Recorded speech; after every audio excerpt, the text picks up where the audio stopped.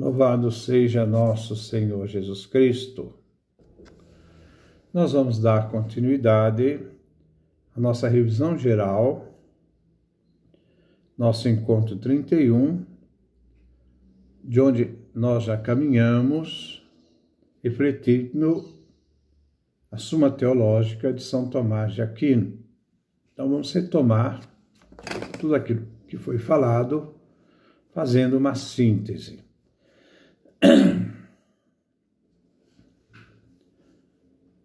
Então nós faremos uma revisão geral de tudo que foi visto até hoje, a fim de que possamos seguir na leitura de Santo Tomás de Aquino. Fizemos até agora na Suma Teológica um caminho de conhecimento de Deus.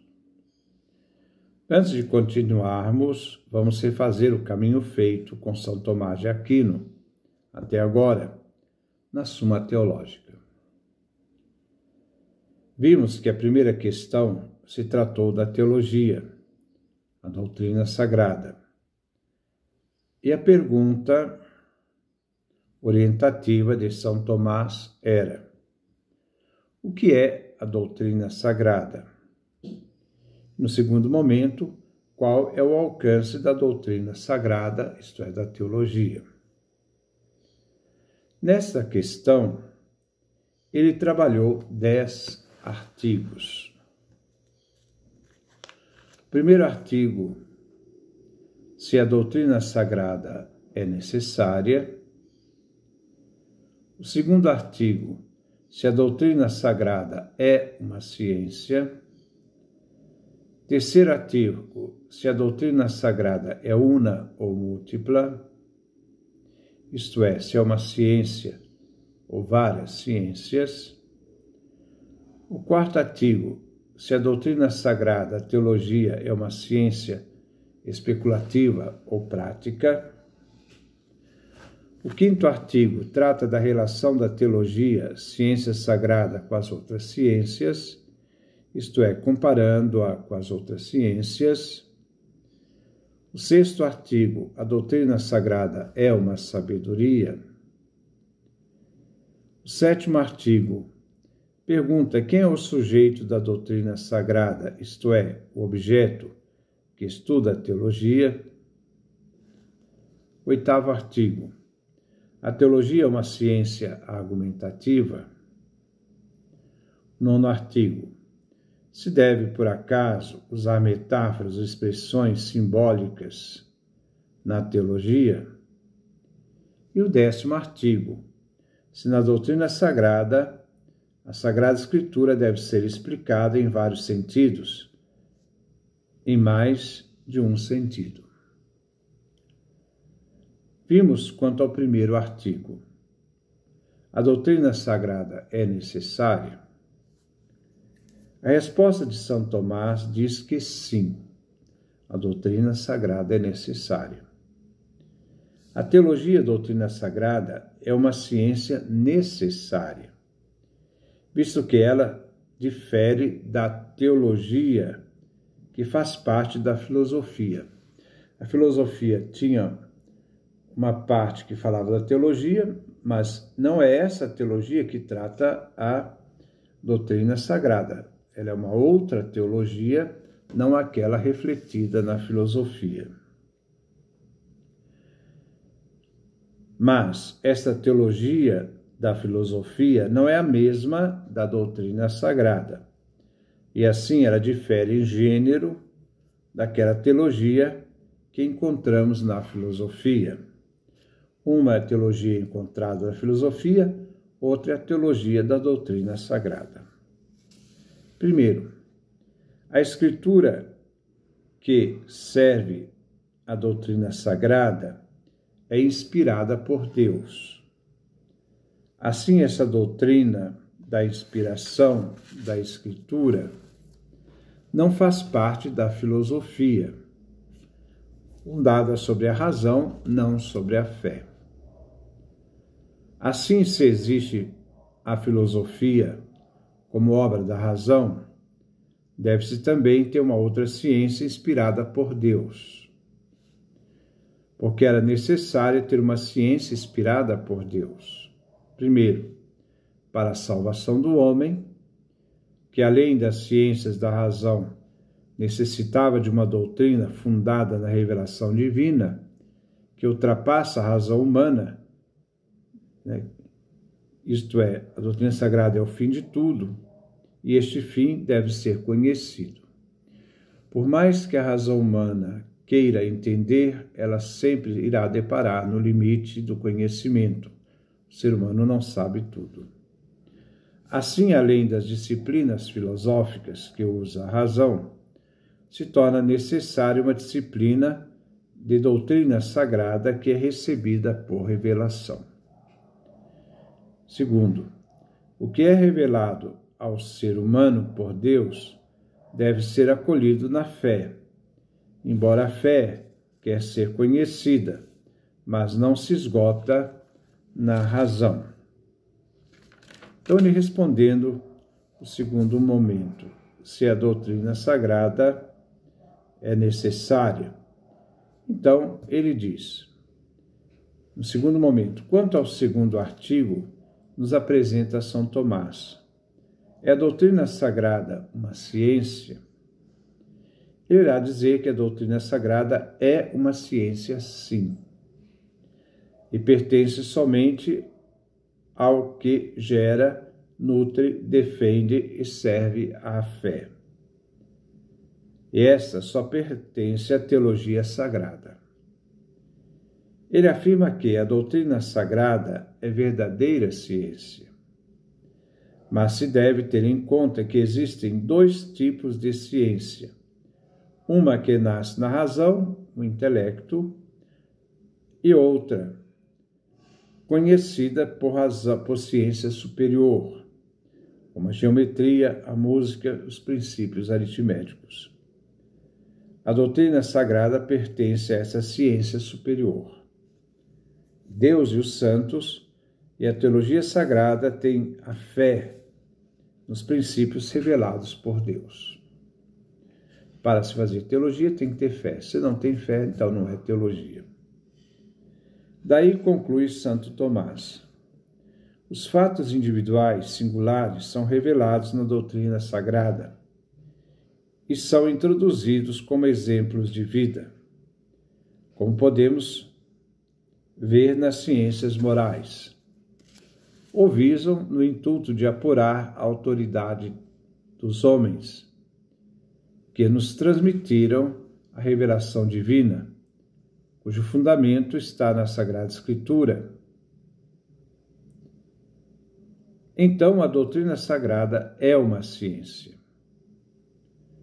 No terceiro artigo, São Tomás procura responder se a doutrina sagrada é uma só ciência, isto é, uma ciência una. Ele conclui que a ciência sagrada é una. A doutrina sagrada se refere a Deus como princípio e fim de tudo o que existe.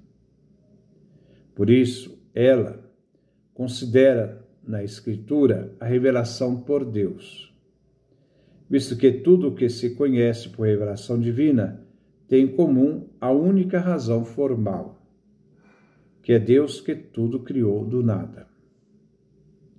Se refere então a Deus em primeiro lugar e as criaturas que vieram do nada, que se referem a Deus, princípio e fim de todas as coisas. O quarto artigo procurava responder se a doutrina sagrada é uma ciência prática. Santo Tomás chega à conclusão de que a doutrina sagrada tem por objeto principal Deus, que tudo criou, inclusive, claro, os seres humanos. Assim, a doutrina sagrada é uma obra especulativa, não ciência prática. As ciências filosóficas são ciências práticas e especulativa, mas a doutrina sagrada possui ambas, prática e especulativa. Deus, por essa ciência, conhece o próprio ser de Deus e as obras criadas do nada. Sendo assim, mas uma ciência especulativa, ela é mais uma ciência especulativa que ciência prática, por tudo que se orienta para Deus como fim. O quinto artigo, Santo Tomás colocava a questão se a doutrina sagrada é mais digna que as outras ciências. E chega à conclusão que as outras ciências são servas da teologia, isto é, da ciência sagrada. Assim, o objeto final da doutrina sagrada é a eterna felicidade, que todas as coisas se destinam ao fim último, onde encontram respostas a todos os outros fins das ciências práticas. As ciências filosóficas servem à doutrina sagrada para colocar mais prática os assuntos que se referem a Deus, isto é, o início e fim de todas as coisas. Assim, essas ciências filosóficas não são inferiores e servem da doutrina sagrada. Assim, as ciências filosóficas são inferiores e são serva da doutrina sagrada. Então, isso aqui nós temos que ver que a doutrina sagrada, ela é servida pela filosofia para compreender a razão de Deus, mas ela é inferior à ciência sagrada. O sexto artigo, Santo Tomás de Aquino reflete se a doutrina sagrada é sabedoria. Ele vai responder que a doutrina sagrada, a teologia, é a mais alta doutrina. Deus é sábio por excelência, e o conhecimento das coisas divinas são também sabedoria. Como a sagrada doutrina considera Deus como a causa altíssima, assim a doutrina sagrada merece o nome de sabedoria por excelência, visto que a Sagrada Escritura recebeu seus princípios do ser humano, não do ser humano. A Sagrada Escritura recebe seus princípios não do ser humano, mas da ciência divina, que regula todo conhecimento que atinge a suprema sabedoria. Então, a ciência sagrada tem seu fundamento na revelação, e não em premissas naturais, e é ela que julga as outras ciências. O primeiro modo de julgar as coisas divinas pertence, pois, à sabedoria, enquanto dom do Espírito de Deus, o Espírito Santo. Os princípios da sabedoria divina são obtidas pela revelação. O sétimo artigo, Santo Tomás procura responder se Deus é objeto da ciência sagrada. Ele chega à conclusão de que Deus é o assunto principal da ciência sagrada, visto que se chama teologia, tratado de Deus. Assim, Deus é objeto da teologia. E tudo trata de Deus e das coisas que dizem respeito a Ele. Tudo é ordenado a Deus. Assim, todos os tratados da teologia são incluídos a Deus. E são não só incluídos, mas a Deus ordenados. Todos os tratados. Na oitava questão, Santo Tomás quer refletir se a doutrina sagrada, a teologia, é uma ciência argumentativa. E ele afirma que não existe doutrina maior que a doutrina sagrada. E usa dos argumentos que discute quando o adversário concede em algum ponto revelado, ou contra os hereges, contra os que negam algum artigo de fé. Então, ela serve para responder àqueles que são hereges, aqueles que negam alguns pontos de fé, alguns que querem o adversário querem saber de alguns pontos revelados. A fé vem assentada numa verdade infalível. E as razões dirigidas contra a fé não se trata de demonstrações, mas de argumentações refutáveis. A doutrina sagrada argumenta por autoridade dos princípios obtidos por revelação, devendo então acreditar na autoridade cuja revelação foi feita. Se a autoridade da razão humana é frágil, a autoridade que se funda na revelação divina é eficaz. A doutrina sagrada usa também a razão humana, não para provar a fé, mas para manifestar os seus ensinamentos, visto que a graça não tira a natureza humana, mas a aperfeiçoa. E a razão humana está a serviço da fé. A doutrina sagrada usa da autoridade dos filósofos quando a razão natural pode conhecer a verdade. A fé que temos se apoia na revelação, não na autoridade da razão humana. Essa revelação foi feita pelos apóstolos e profetas que escreveram as Escrituras, os livros canônicos. No 9º artigo, Santo Tomás de Aquino reflete se a doutrina sagrada deve usar metáforas. Daí se chega à conclusão que o transmitir alguma coisa usando semelhanças é metafórico. Assim se diz que a doutrina sagrada usa de metáforas, sim, figuras de linguagem, analogias, comparações. São Tomás afirma que a Sagrada Escritura transmite as coisas divinas e espirituais por comparações, metáforas, visto que é natural ao ser humano chegar através dos sensíveis aos inteligíveis, pois todo conhecimento tem início nos sentidos, então sensíveis, vem pelos sentidos. Assim, a Sagrada Escritura transmite coisas espirituais, por comparação metafórica com as coisas corpóreas. Então, convém a Sagrada Escritura propor coisas espirituais por meio de comparações com as coisas corpóreas, para que os que não são espertos possam compreender as coisas inteligíveis. No 10º artigo, Santo Tomás procura responder se existe na Sagrada Escritura vários sentidos, isto é, histórico ou literal, sentido alegórico, antropológico ou moral e o anagógico. A Sagrada Escritura transcende todas as ciências. O autor da Sagrada Escritura é Deus. É Ele que dá significação não só pelas palavras, mas ainda dá significação às próprias coisas existentes. Assim, a Sagrada Escritura usa de vários sentidos, sim. O primeiro sentido é o histórico ou literal, em que as coisas criadas são expressas pelas palavras.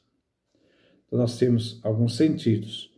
O primeiro sentido da Sagrada Escritura é o sentido histórico, isto é, o sentido literal.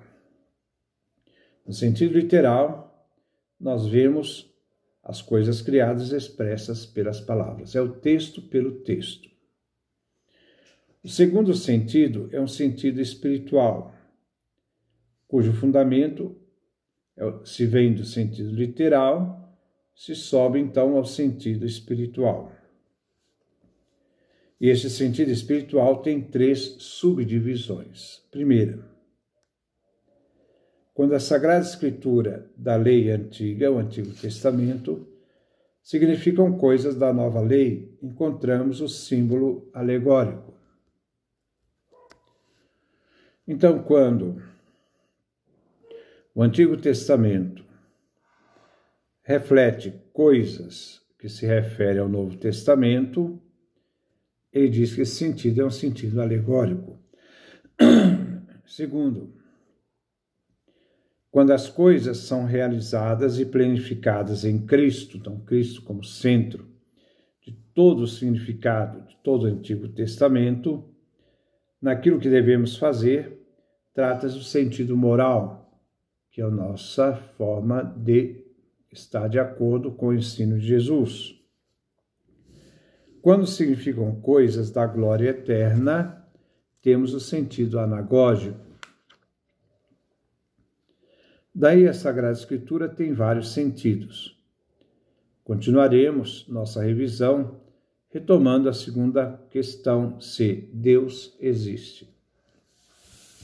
Então nós fizemos essa primeira caminhada sobre a questão quando ele colocava da doutrina sagrada se é uma verdadeira ciência, a origem da doutrina sagrada, o significado da doutrina sagrada, a teologia da filosofia, que não é a teologia da doutrina sagrada, mostrando também esse aspecto de que é importante a teologia sagrada, porque a filosofia, a obra da razão, é serva da teologia para a compreensão dos mistérios sagrados. Então, que Deus nos dê a sua graça, a sua bênção, a sua face resplandeça sobre nós.